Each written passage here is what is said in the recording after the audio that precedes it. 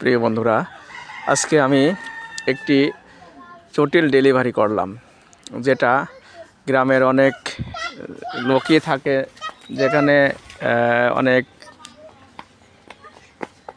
লোকই থাকে যে এক্সপার্ট থাকে ডেলিভারি কাজে।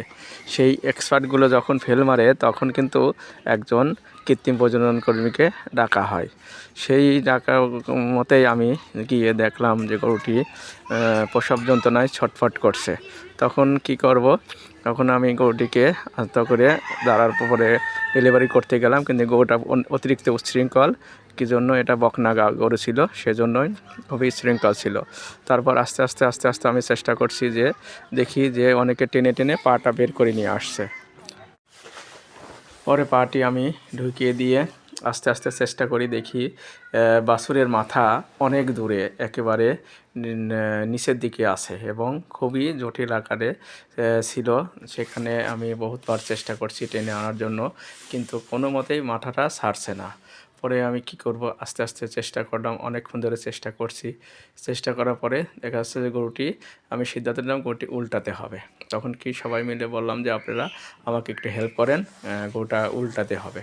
তারপরে আমি গরুটাকে উল্টানোর জন্য সবাইকে বলি, কিন্তু সবাইকে, অনেকে বাড়িতে পুরুষ মানুষ না থাকায় দেখুন এভাবে নিজেই উল্টায় নিলাম গরুটাকে। উল্টা নিয়ে পুনরায় চেষ্টা করছি।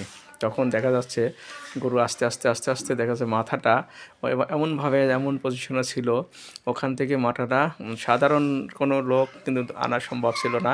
শুধু দক্ষ কৃত্রিম প্রজনন কর্মী ছাড়া কারও সম্ভব না ওখান থেকে মাথাটা নিয়ে আসা। তারপর আস্তে আস্তে আমি বহুত চেষ্টার ফলে, এখন দেখছেন আপনারা, বহুত চেষ্টা করে যাচ্ছি। চেষ্টার পরে আমি 2 হাত ঢুকিয়ে দিচ্ছি, 2 হাত দিয়ে দেখা যাচ্ছে যে গাভীটা ধরার চেষ্টা করছি, কিন্তু দেখা যাচ্ছে ওখানে বাচ্চাটা আমার হাতে আসছে না, এমনভাবে আটকে আছে। আমি পাটা পুরো ঢুকিয়ে দিয়ে তখন দেখা যাচ্ছে যে হাতটি দিয়ে বাছুরের মাথা আস্তে আস্তে তার পজিশন মতো আমি নিয়ে আসার চেষ্টা করছি।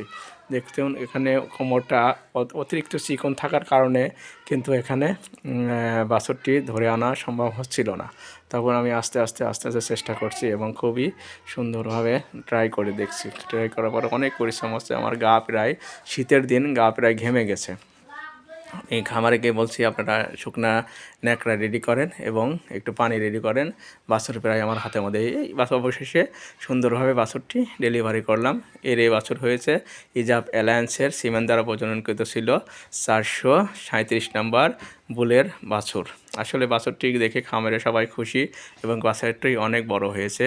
কি জন্য? ষাঁড় বাছুর হওয়ার কারণে এবং প্রথম বকনা বাছুরের ডেলিভারি, সেজন্যই অনেক কষ্ট এবং অনেক পরিশ্রম হয়েছে আমাকে।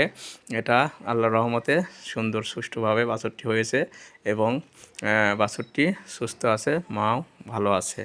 আসলেই ইজাব অ্যালায়েন্সকে ধন্যবাদ জানাতে হয়, এইভাবে বাছুরটি